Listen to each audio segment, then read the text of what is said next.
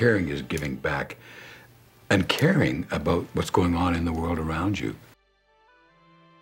This program I lived my life by for years and years and years. And I went through a tragedy, Dal. I lost my son in the year 2000. And I tried to find meaning and comfort and why would something so tragic like that happen. And I chose to honor and celebrate Todd's life. And how I did that is by developing this program.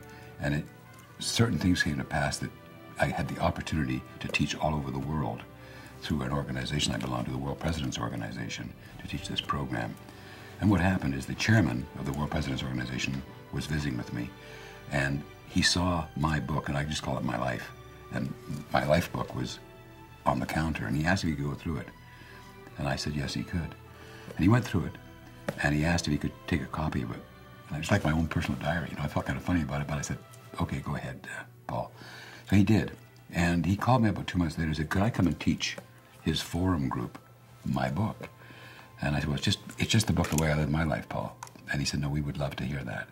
So I went to Austin, Texas and taught the book first time about 7 years ago, maybe 6 years ago, and to a group of CEOs.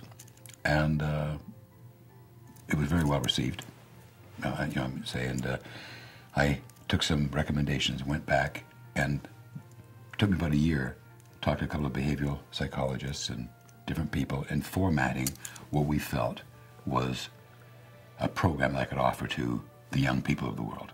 And we've been teaching that program now, and I've taught it to many, many professional organizations. We taught it in schools, high schools, universities.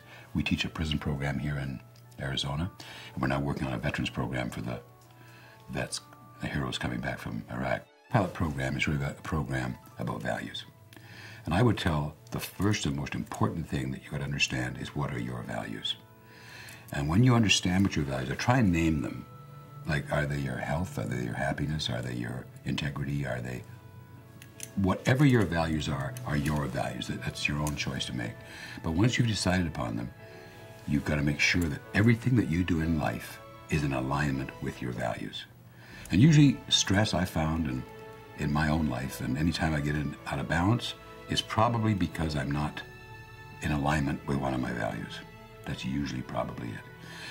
And you know, the thing that we say is that when your values are clear, your decisions are much easier. And much easier, the decisions you make in life. You don't have to fret and worry about, should I do this or shouldn't I do that? It tells you whether you should or shouldn't do that.